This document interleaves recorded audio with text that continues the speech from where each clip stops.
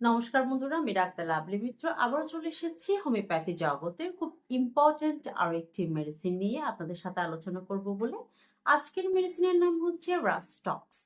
রাস্টক্স উত্তর আমেরিকার মাঠে জঙ্গলে এক ধরনের ঝুপি গাছ জন্মায়। এই পাতা থেকে কিন্তু এর টিনচার আকারে প্রস্তুত করা হয়েছে রাস্টক্স। এটি স্নায়ুতন্ত্রের উপর এবং স্কিনের উপর এবং আপনি মিউকাস মেমব্রেনের উপর সবথেকে বেশি রেজাল্ট দিয়ে থাকে রাস্টক্স। আজকে আমরা কিভাবে প্রয়োগ করব, কোন কোন সিমটমের উপর রাস্টক্স প্রয়োগ করব এবং কতটুকু পাওয়ার প্রয়োগ করা রাস্টক্স উচিত হবে, এসব সম্পর্কে আজকে ডিটেলস আমরা জানবো। এই জন্য আজকের ভিডিওটি খুব ইনফরমেটিভ হতে চলেছে। অবশ্যই স্কিপ না করে ভিডিওটি সম্পূর্ণ দেখার অনুরোধ করছি।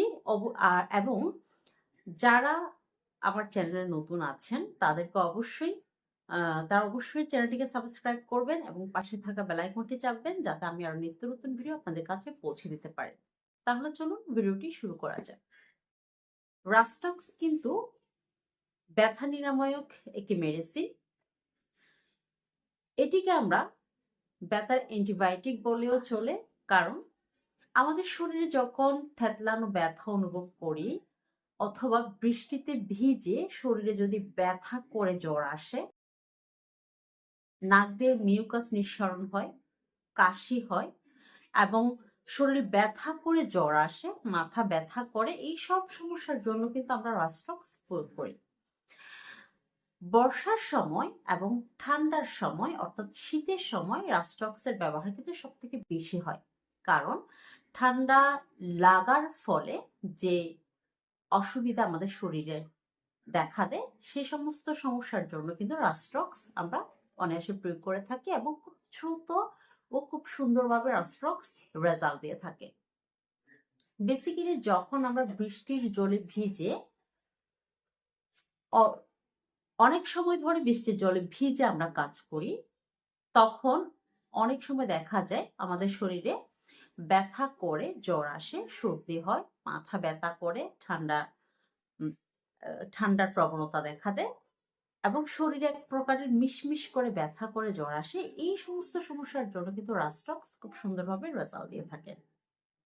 এবং দেখা যায় যাদের বাতের সমস্যা আছে, বাত ব্যথার সমস্যা আছে, বিশেষ করে কোমরে, হাঁটুতে, পায়ের গোড়ালিতে, হাতের কবজিতে, কনুইয়ে, কাঁধে বিভিন্ন ধরনের ব্যথা, থ্যাতলানো ব্যথা হোক বা কোথাও কোনো ভারী জিনিস উত্তোলনের ফলে ব্যথা হোক বা অতিরিক্ত পরিমাণ পরিশ্রমের ফলে ব্যথা হোক অথবা ঠান্ডা লাগার ফলে ব্যথা হোক, প্রত্যেকটি সমস্যার জন্য কিন্তু এই মেডিসিনটি খুব সুন্দরভাবে রেজাল্ট দিয়ে থাকে। এই মেডিসিনটি আমরা সব সময় যে কোনো ধরনের ব্যথার জন্য আমরা সিমটম দেখব, যখন রুগী বলে শুয়ে থাকলে বা শোয়া থেকে যখন আমরা উঠে বসি এবং হাঁটার চেষ্টা করি তখনই প্রচন্ড পরিমাণে ব্যথা করে, কিন্তু যখন আমরা হাঁটি কিছুক্ষণ বা কাজ করি কিছুক্ষণ তখন ব্যথাটা আপনি আপ সরে যায়। সেই ক্ষেত্রে কিন্তু রাস্টক্স মার্ভেলাস রেজাল্ট দিয়ে থাকে। আমাদের এই সিমটমটাকে মাথায় রাখতে হবে। যখন উঠতে চাইবে শোয়া থেকে বা বসা থেকে উঠতে চাইবে তখনই প্রচন্ড পরিমাণে ব্যথা, কিন্তু যখন কিছুক্ষণ হাঁটবে বা কিছুক্ষণ কাজ করবে তখন আপনি আর ব্যথাটা সরে যাবে। সেই ক্ষেত্রে কিন্তু রাস্টক্স মার্ভেলাস রেজাল্ট দিয়ে থাকে। রাস্টক্স আরো একটি খুব সুন্দরভাবে রেজাল্ট দিয়ে থাকে স্কিনের উপর। যেমন ধরেন যাদের বসন্ত দেখা দেয়, বসন্তের ধরন হবে একদম যেন পানির ফুসকা পড়লে যেরকম হয়, গরমের সময় উপরে পানি উঠে একদম ঘামাচি আকারের বড় বড় ফুসকার মতো পড়ে যায়, ঠিক একই রকম যখন গুটি বসন্ত উঠে আমাদের তখন কিন্তু শরীরে প্রচন্ড পরিমাণে ব্যথা করে জ্বর নিয়ে কিন্তু বসন্তগুলো উঠে এবং এই সময় কিন্তু রাস্টক্স খুব সুন্দরভাবে আমাদের রেজাল্ট দেয়। প্রথম অবস্থা থেকে আমরা রাস্টক্স প্রয়োগ করতে পারি এবং আমরা এই রাস্টক্স মিনিমাম 1 সপ্তাহ প্রয়োগ করতে পারি। 1 সপ্তাহের মধ্যে দেখবেন আমাদের এই বসন্তকে একদম ভিতর থেকে বের করে আস্তে আস্তে শুকানোর পর্যায়ে নিয়ে যায়, শরীরে ব্যথা কমিয়ে দেয়, জ্বর কমিয়ে দেয়। এবং যাদের স্কিনের সমস্যা আছে, স্কিন অ্যালার্জির সমস্যা আছে, অনেকে দেখা যায় আমবাতের মতো ফুলে, স্কিনের উপর ফুলে লাল দাগড়া দাগড়া লাল হয়ে যায়, একদম যেখানে আপনি চুলকবেন সেখানে একদম লাল হয়ে ফুল উঠবে। পিঁপড়া কামড়ালে যেরকম ফুলে উঠে ঠিক একই রকম ফুলে উঠবে এবং হালকা জ্বালা অনুভব হবে এবং ব্যথা থাকবে।